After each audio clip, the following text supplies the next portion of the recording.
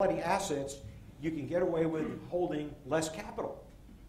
So there's a sliding scale of how much capital you need based on the riskiness of assets, and the riskiness of assets gets defined by either the asset category or the rating.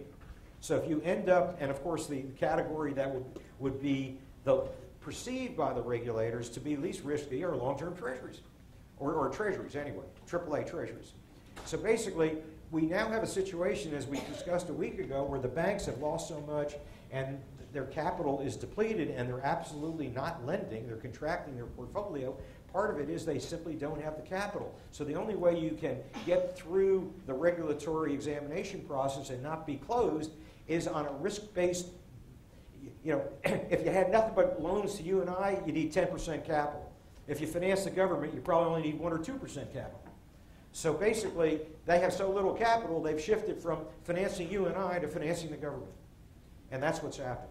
So therefore, we still have a lot of built-in demand for treasuries as long as this AAA continues, or it depends on how these regulations define the demand for treasuries. They either name that asset category or the rating, one or the other. But the rating agencies, Moody's, has incredible power because by changing the rating, it changes the demand and the interest rate that entity has to pay dramatically. By the way, it has even more power because in the case of the ECB, European Central Bank, in looking at possible bailouts to Greece, to qualify for the European Central Bank to run the printing press and buy Greek debt, it has to be investment grade as defined by Moody's. And Greek debt is now the lowest investment grade, BBB minus, I believe it is.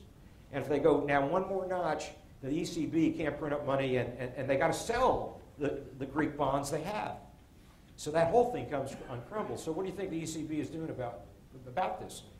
Well, they're replacing Moody's with their own rating agency so they can keep going with the bailout is where we're headed with that one. But in any event, we have this irrational demand for treasuries. It's in a bubble. Particularly demand gets stronger in troubled times like this when the institutions don't have the capital, because the only way they can survive and not be closed down with low capital levels, which is why we're not getting loans, why that graph, the chart I showed you last time of loans diving for only the second time in the post-war period is occurring and not being closed down.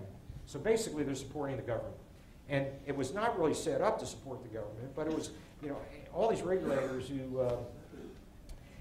who are trying to protect the entities they regulate do at the time what they think is less risky based on history. And they rarely look forward. And historically, it would have worked. All right, so basically, the Treasury is supported despite all these accumulations of debt to income and the irrationality. Then the question becomes, when the bond vigilantes come about, what kind of measures do they look at?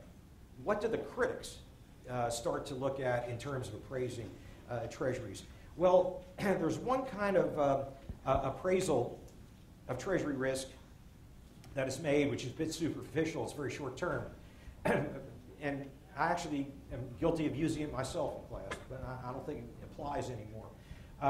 The usual measure is, in the short run, can the deficit be financed? And last year we ran a 10% GDP deficit. So the question becomes very simply, what is the savings rate, the pool of savings domestically to buy treasuries? Well, our savings rate went from -2 years ago to +5. So we're at a 5% savings rate. It's still well below, and all savings by individuals went to treasuries. So by the way, that can happen. The way it happens is I'm retiring debt early. I think most people in this room are retiring debt early because all your bank loans have been escalated to the absolute max. They're paying you nothing for deposits. You might as well pay off debt. You pay off the debt, and what does the bank do? It buys treasuries. So to a large extent, the savings rate that's occurring in the U.S. is being directed to the treasuries. But the total savings rate is 5% of GDP, and we've got to sell a pot equal to 10% of GDP. So what makes up the difference? Well, then we got to go to the foreigners. And the foreigners used to love us. And the ones who loved us the most were the emerging nations that were running trade surpluses with the U.S. And it was not just because they had dollars and they wanted to invest the dollars to recycle them, but it became the quid pro quo of being able to be treated more favorably in the terms of trade. And by that I mean countries like the Chinese and all the countries that are in competitive devaluations like the Chinese, they're intervening in the foreign exchange market to make their currency cheaper so we buy their products. Now, by the rules of the World Trade, WTO, we should be putting up tariffs. You know, they've altered the terms of trade, and basically we give them a waiver. We look the other way. The reason we look the other way is the quid pro quo is we'll let you manipulate the exchange rate to be more favorable to Americans to buy your products, to give you surpluses, to put Chinese to work at the expense of American industries.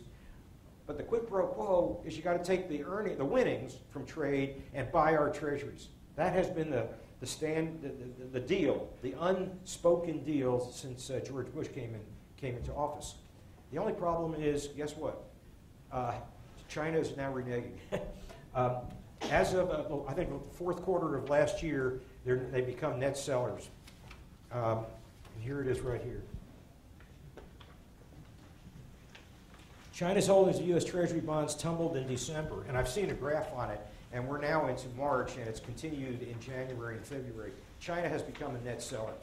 So part of our funding of a Treasury debt to the most likely foreign entity is going away. Actually, where it's going is to the people fleeing Europe. That's what we're getting supported from right now.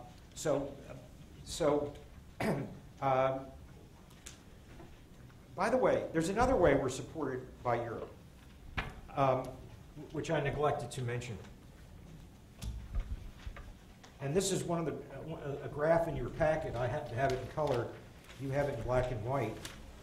We have something called a flight to quality in the sovereign bond market. Investors have begun to differentiate between the sovereign risk of the Eurozone economies. Basically, what this is the market yield of Greece, France, Germany, Italy, Spain, and Ireland.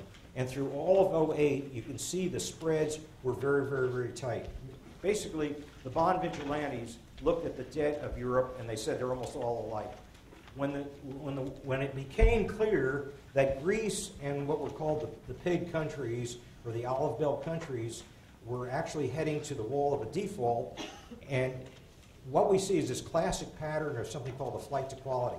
Basically, the yields on Greece went up, and the yields on Germany went way down. So the spread opened up within Germany. Now, basically what it says is that a bank has a portfolio allocation to sovereigns, and their intent was to shift from Greece and whoever else is up there, probably Spain, to Germany. So what then happens is Germany now ends up with a cheaper yield just simply because people are fleeing. Two things are happening. They got to keep their allocation to sovereigns, and they rather switch from Greece to Germany. So as a result of this flight to quality, Germany's getting a break.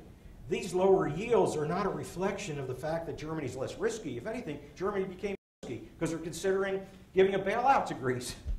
So basically what happens when you have a flight to quality is that you get to catch a break if you're relatively better. And basically the United States has caught a break.